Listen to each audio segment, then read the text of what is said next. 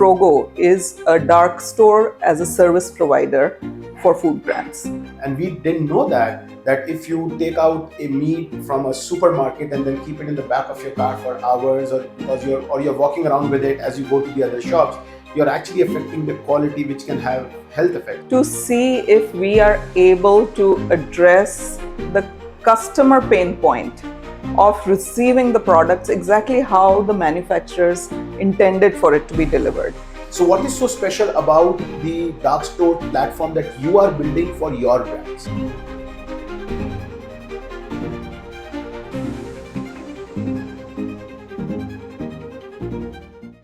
Hello everyone, welcome to Beyond the Pitch, the podcast where we uncover the game-changing strategies and bold moves of startups backed by IPV.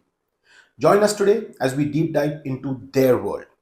Understand how they are disrupting industries, innovating fearlessly, and making a real impact. Today we have with us Mira Jhala, founder FroGo, a startup which started disrupting the space very, very close to our heart, ice creams, partnering with brands like Baskin-Robbins, Have More, Amul, and many more. Since then, the business has evolved, has developed new strategies, and today we will get to know all about that.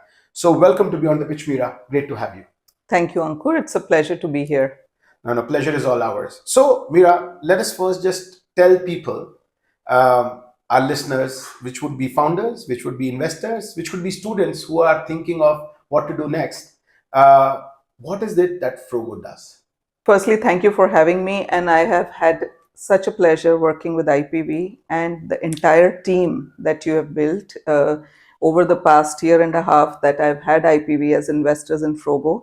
I've gained immensely from the connections that you guys make, from the mentoring that you do, and all the advice and sounding board that I use you regularly for. So thank you for that. Pleasure. So FroGo is a commerce enabler for food brands. We do this in three ways. One, we have a vast dark store network with specialized infrastructure developed specifically for food brands, targeting frozen, chilled, and ambient food products. Second, we enable distribution for these brands, deep distribution across cities where they can reach larger customer base. And three, we help them host their virtual stores via our dark store network, which are fully integrated with aggregator platforms, with e-commerce platforms, with delivery channels, all of that. So we are largely, FroGo is a dark store as a service provider for food brands. So let's clarify that, right? Because these days, when you think of dark stores, you are thinking of 3,000 plus dark stores that Zepto has, similar or higher number that Blinkit has, and people are thinking that in these dark stores you can have anything from an iPhone to food. So what is so special about the dark store platform that you are building for your brands? Right. So slight correction there. Blinkit wants to have 1,000 dark stores by the end of next year. Excellent. So those are the numbers that, industry, and it's a very rapidly changing landscape, as we all know. The consumer behaviors are changing, the channels of retail are changing.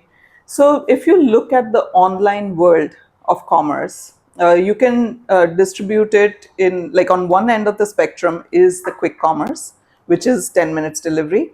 On the other end is the Amazon and Flipkart, except for minutes, Amazon of the world, where it's 1 to 3 day delivery. What we are building is a parallel channel where we enable brands to be closer to the micro markets where their consumers are generating demand, and help them deliver within 30, 90 minutes in that. So it's somewhere in the middle of the two extremes. That's what we are building.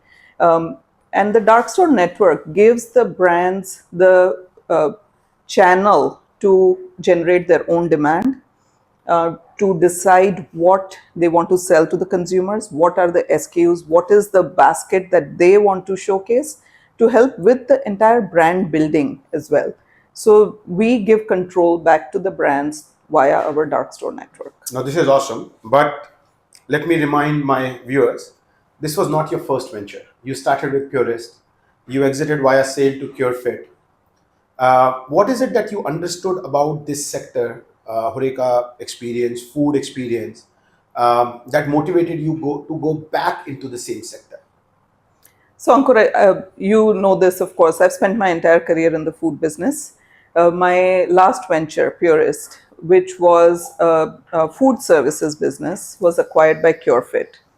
Now, having spent my entire career pretty much in food, I understood the food business very well. I understood what are the consumer preferences. I understood how to run a large scale operation. However, at CureFit, it was the first time that I interacted with consumers online.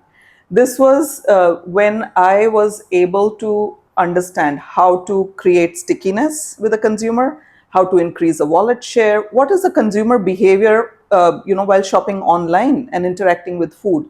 So I got this. It was a fantastic experience understanding the consumer's behavior online and working on strategies to increase that wallet share, to make them keep coming back, and just overall, understand how the new age consumers were buying.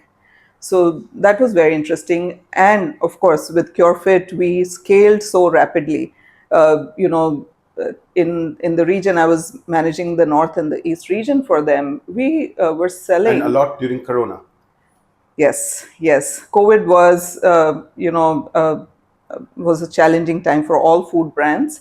But at the peak, I remember it being, we were, delivering 25,000 meals every day, which is a mammoth task in itself. Absolutely. And to have a large team, 2,000 plus people managing all of that. And, doing this during COVID came with its challenges. However, food is what I know, and food is what excites me. So when I was looking at my next venture, I wanted to stay in the food space. I wanted to address an underserviced market, and I'd seen my since 2009 that I'd been in India. In the food industry, I'd seen the exposure of frozen food increase year on year. However, the supply chain and the entire experience of consumers with food chain was with frozen products was really broken. So that's what piqued my interest and got me back into the food industry and specifically into the frozen industry with FroGo. And this is what I found fascinating when I was doing my due diligence before investing in you, about the need to ensure the supply chain at a specific temperature for different kind of products. So like a sub-zero supply chain through and through, which will affect the quality of the ice cream that gets delivered to you. And you know, at what stage did you discover that this is one problem you want to at least try solving? So, frozen in India has had, it comes with its challenges, right? We have seen that time and again. We've received milkshake instead of ice cream. Absolutely. I mean, I used to get my hot chocolate fudge first kept in a freezer for 10 minutes before it gets, served to me again. Yeah. we have all Yeah. experienced that. So my endeavor was to see if we are able to address the customer pain point of receiving the products exactly how the manufacturers intended for it to be delivered. So if I am a food brand and I'm pouring my heart into inventing this product, getting the taste right, getting the texture right, and yet after all the effort I have made in R&D, in manufacturing, yet when my customer receives it, they don't have the same experience. We wanted to try and fix that. um, you know it is a big problem in India. However, it's not, it is a solved problem worldwide. So we wanted to see if we can bring that same experience to the Indian consumers. Maybe instead of coffee, we should have had ice creams today. I I think we think, should. Maybe we can I think that still could have get been it. some. And then when it comes to frozen food, meat, there the problem becomes even bigger because you're not just dealing with melting ice cream, which can be frozen and brought back into some shape. But there, when the temperature suddenly goes up and you're exposed to the Indian heat, and we didn't know that if you take out a meat from a supermarket and then keep it in the back of your car for hours, or because you're walking around with it as you go to the other shops, you're actually affecting the quality, which can have health effects. So I think that was a very good learning for us when we were doing this research. So great that somebody's thinking about this problem. So not only that the quality deteriorates when there's temperature abuse, that is of course, but there's a big misconception about frozen food in the Indian consumer's mind. Uh, Frozen seems stale, or frozen hai to basi hai, is a general narrative. However, if you see worldwide, frozen is the most preferred form of convenient food for most consumers. The reason is that freezing is the cleanest form of preservation. Once you take a product to sub-zero temperatures, there is zero microbial growth, and the micronutrients of that product, if kept at the right temperature, stay intact. So in fact, it is a lot denser in nutrients than ambient products. So I mean, there are two sides. If it's kept properly, the benefits are immense. If as soon as there's temperature abuse, then the deterioration also happens. So it's a twofold. But now you're also getting into the ambient products. Right. So you see an opportunity there as well? Yes. So we developed our dark store network. Our first use case was frozen products. We saw great success with that. Frozen brands in general did not have a viable distribution network. So we have given them that opportunity to have presence in multiple micro markets where their consumers exist. And we saw the challenges and the opportunity in the frozen products. However, we started getting requests for other products, chilled products that need to be, so frozen needs to be at negative 18 degrees, maintained at negative 18 degrees. That's a very specialized handling and a different supply chain. Another supply chain is the 0 to 8 degree temperature, which is chilled products. And then there is ambient, which stay at room temperature. So we are getting requests from all food brands to have access to our dark store network, to be able to sell to the customers and be able to have the distribution and reach to a larger customer base. So now we are doing all food brands. Excellent. And when you were studying at Harvard, did you know there that you're going to become an entrepreneur, a founder, or when did this thought first came to you that you want to do something by yourself? I grew up in Ahmedabad, Gujarat. We are an entrepreneurial, I grew up in a completely entrepreneurial environment. My father, he runs a manufacturing business, and everybody that I knew, my friends in school, my neighbors, everybody was doing some sort of a business. So that seemed like an obvious career path. So for as long as I can remember, I thought that I'm going to be an entrepreneur. Back then, it was not, entrepreneur was not the word, but it was like I'm going to run my own business. But yes, going to Harvard Business School and having that exposure gave me the ability to think big and to be able to envision. Today I can see that I'm looking at addressing this need for distribution for food brands at a pan India level, or even further, global level. So that the framework, the methods of doing that, that was what I got at HBS. And if we look into the history of businesses, and the businesses that have made it have become unicorns and large publicly listed companies, you will find the businesses founded and run by women in a very, very small minority. You'll have a Nika, you'll have a Forest Essential.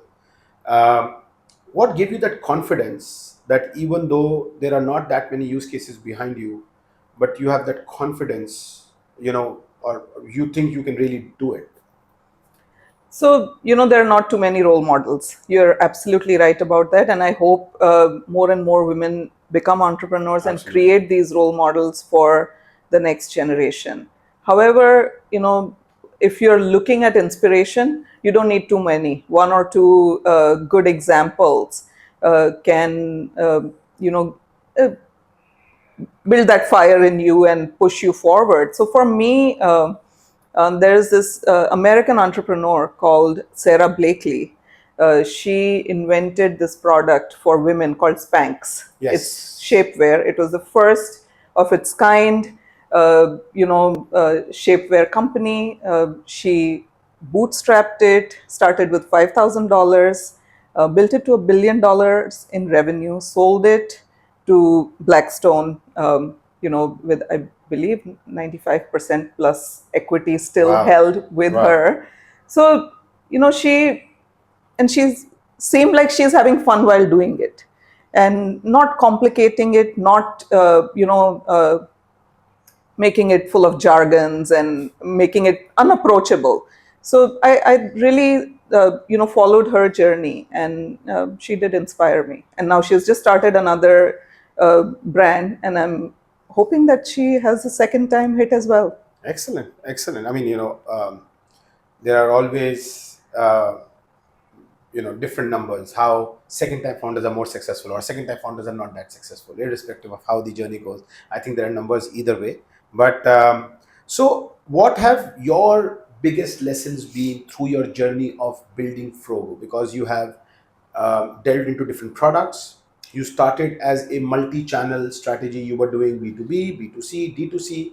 You're now zeroing in on B2B. You started with frozen food. You're now having different other products. So what has been your major learnings through your journey that you can share with our watchers these days, viewers So these the days? biggest learning, Ankur, for us to find our path and to have PMF is to listen to our consumers. For us, our consumers are brands.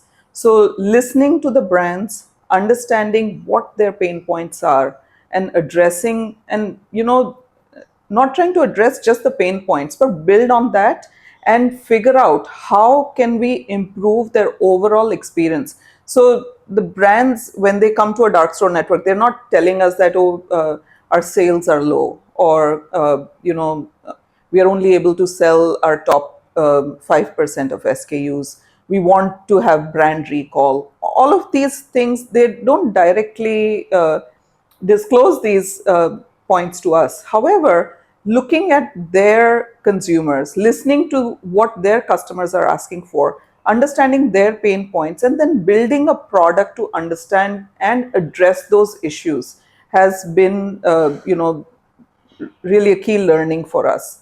And as always, persistence. Yes, keep yes. keep at it. Grit is not to be undervalued. That's one uh, you know characteristic that sticks out in all these years for me. Just keep at it, and you'll find your way. Of course, be intelligent, know when to pivot, know when to change course if things are not working, but persevere. I think perseverance and grit, I think they are very, very important, essential. And I think for those of you who are, starting your new business early in your journey, rarely will you come across a business where the trend is just up and up. You look into the most successful businesses, and you will have the journey. Whether it is even your go even as back to people like Steve Jobs or even Elon Musk. I mean, Elon Musk in 2009 was almost at bankruptcy, Right. and Daimler threw him a lifeline. And imagine taking money from your competitor, right? Many people, many business school books will tell you not to do that. You'll give away a strategy, this, that, and everything. But I think the journey of a founder will have its ups and downs, and how you come out of it, what you learn, and you make sure that what you learn you don't forget. I think is very, very important.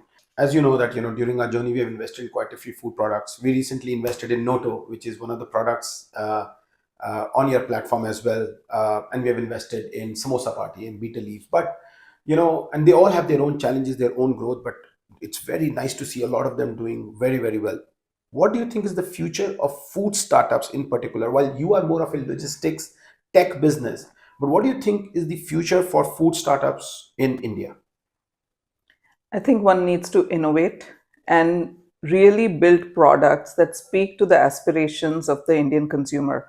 All the three brands that you just mentioned, each one has innovated and brought updated the product, like samosa party, right? Like they're making it relevant for today's generation. All of these, if you're innovating and making it relevant and making it aspirational for today's consumer, I think you will do well. And second, and I cannot stress on this enough, distribution. Yes. Cash is king, but distribution is King Kong. I've said this before and I always say that. Get your distribution right, be present. If a customer cannot see you, you're not selling. Have your distribution right. No, excellent.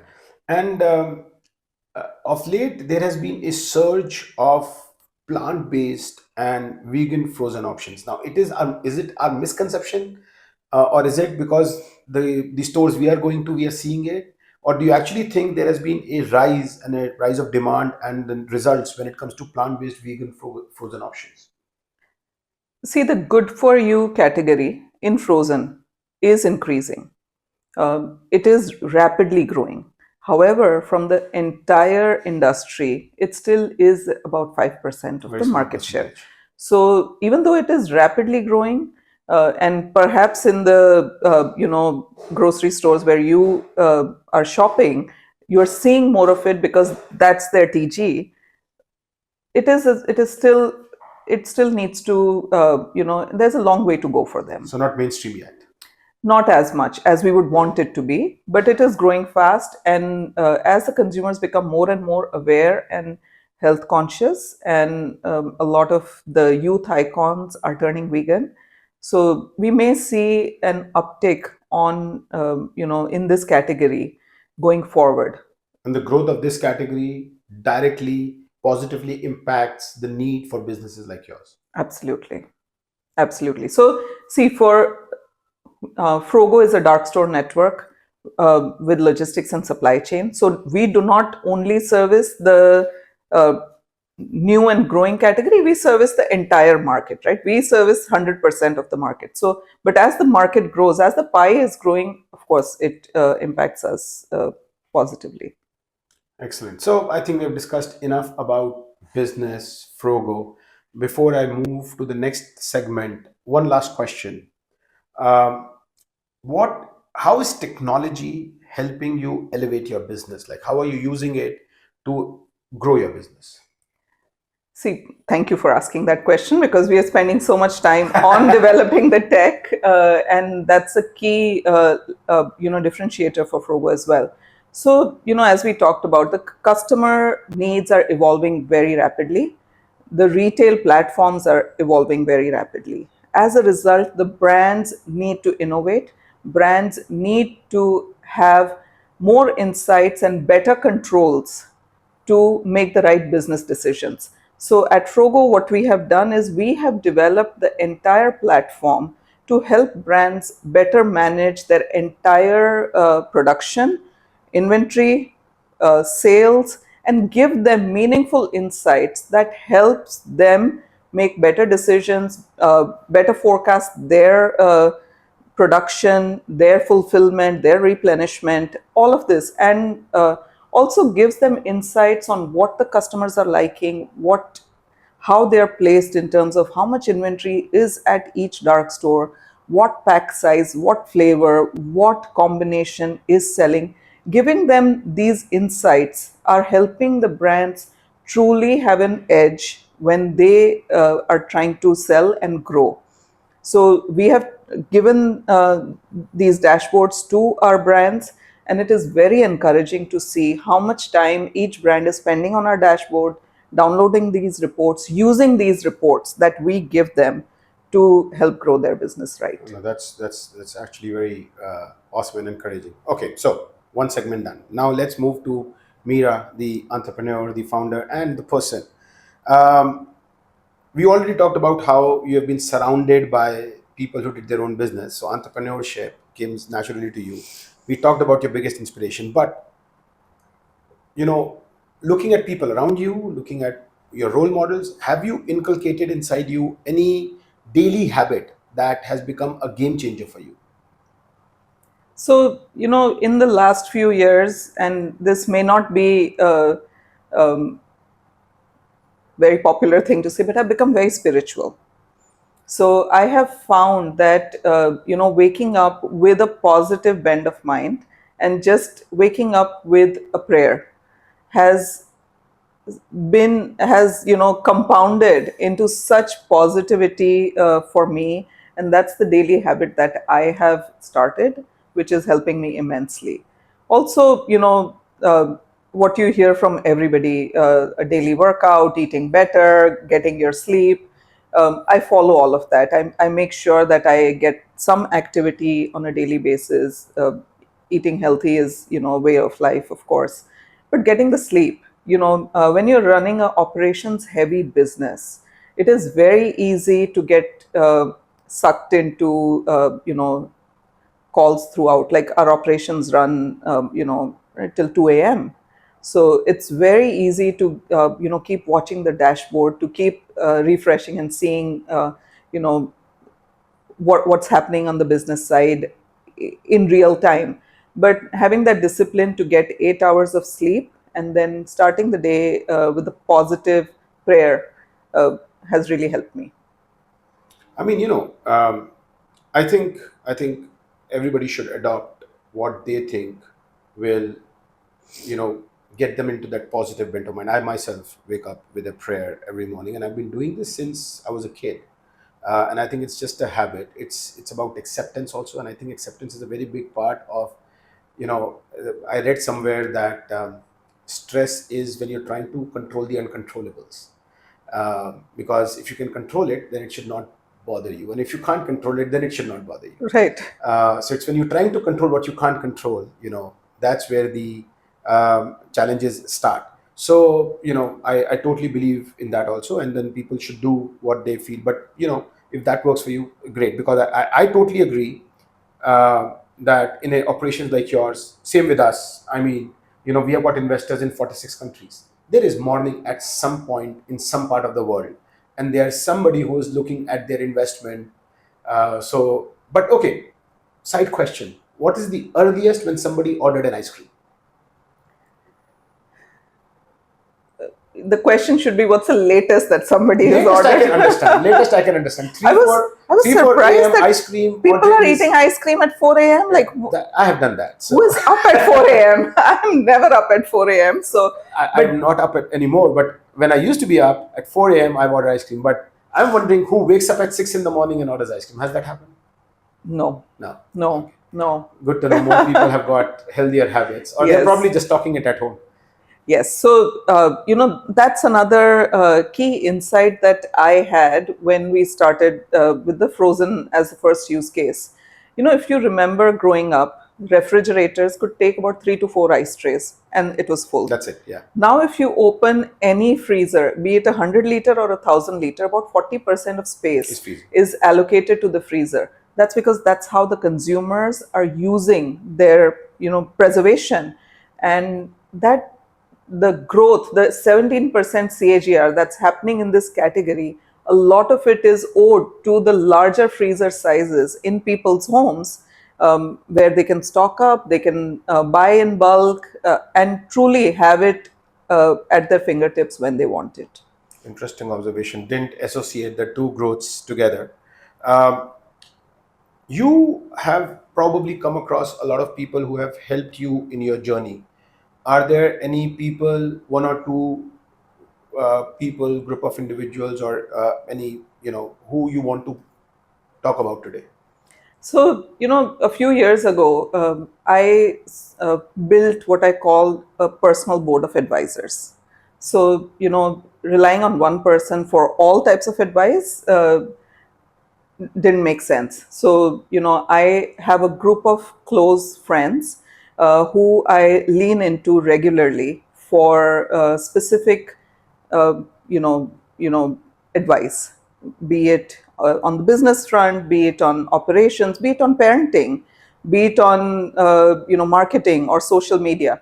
So I don't want to take names, but I lean on people for specific advice and not try to get blanket advice from a single individual.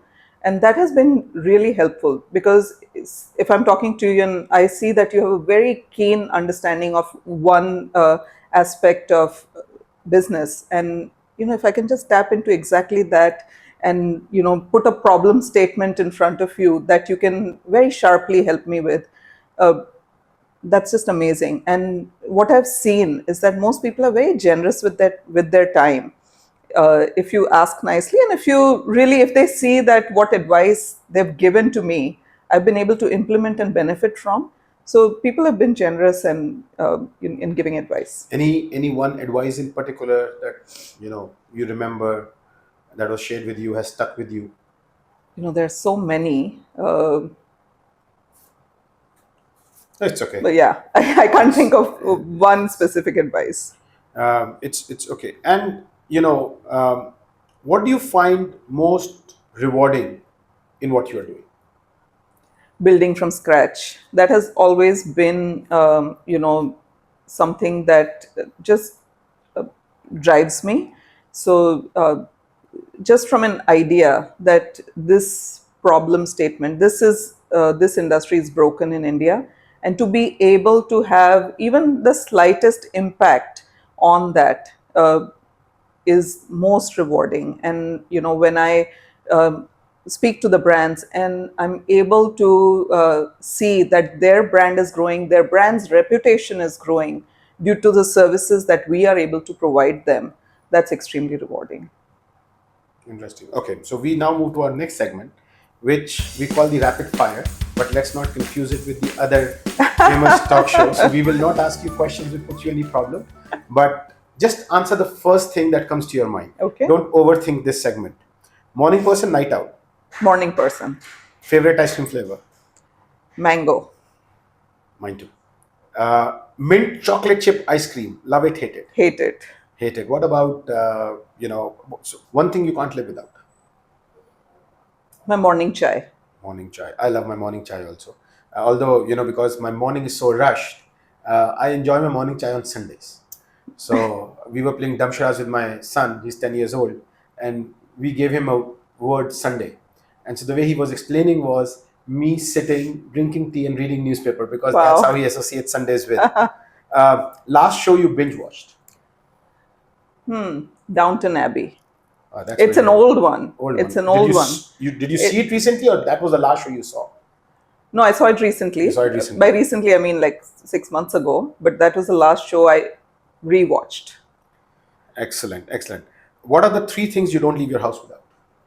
My phone, my car keys, and again, my cup of chai. Excellent. So I shouldn't ask coffee or tea. I think the answer is there. Yes. And your most used app? WhatsApp. WhatsApp, of course. We both were discussing how it has become way Our of life life. runs on it. And so many groups we are all on. Favorite way to relax after a long day? Hang out with my daughter. Excellent, excellent. Yeah, I mean, they do bring that innocence and just the feeling that you. I have a just need. teenager, so Okay, it's okay. So I learn a lot from her. This next generation, they're full of ideas. they are. And explaining, like just talking about her day and my day together, like it's really rewarding and insightful, and I'm constantly learning new things. Yes, yes, yes. So we already discussed what the first thing you do when you wake up. But anything you want to add there? So I definitely like my morning cup of chai. I start my day with prayers, and then I get in some activity.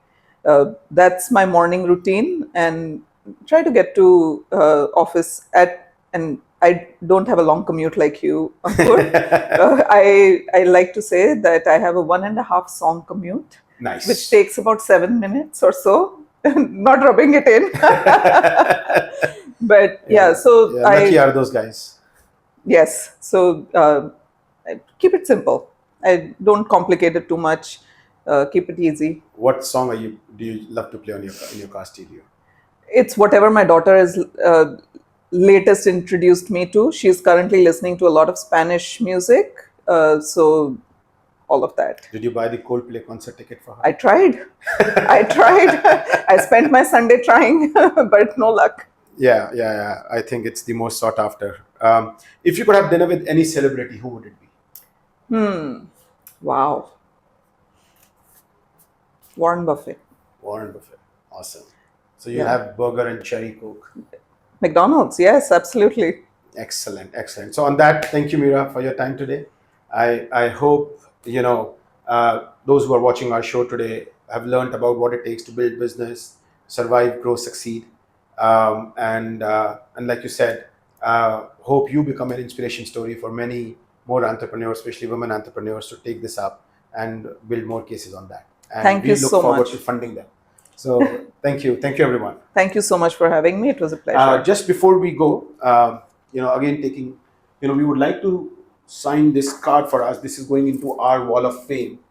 Oh, how nice. This is lovely. So if you can just sign this for us, please. Anything you want to add, please feel free to.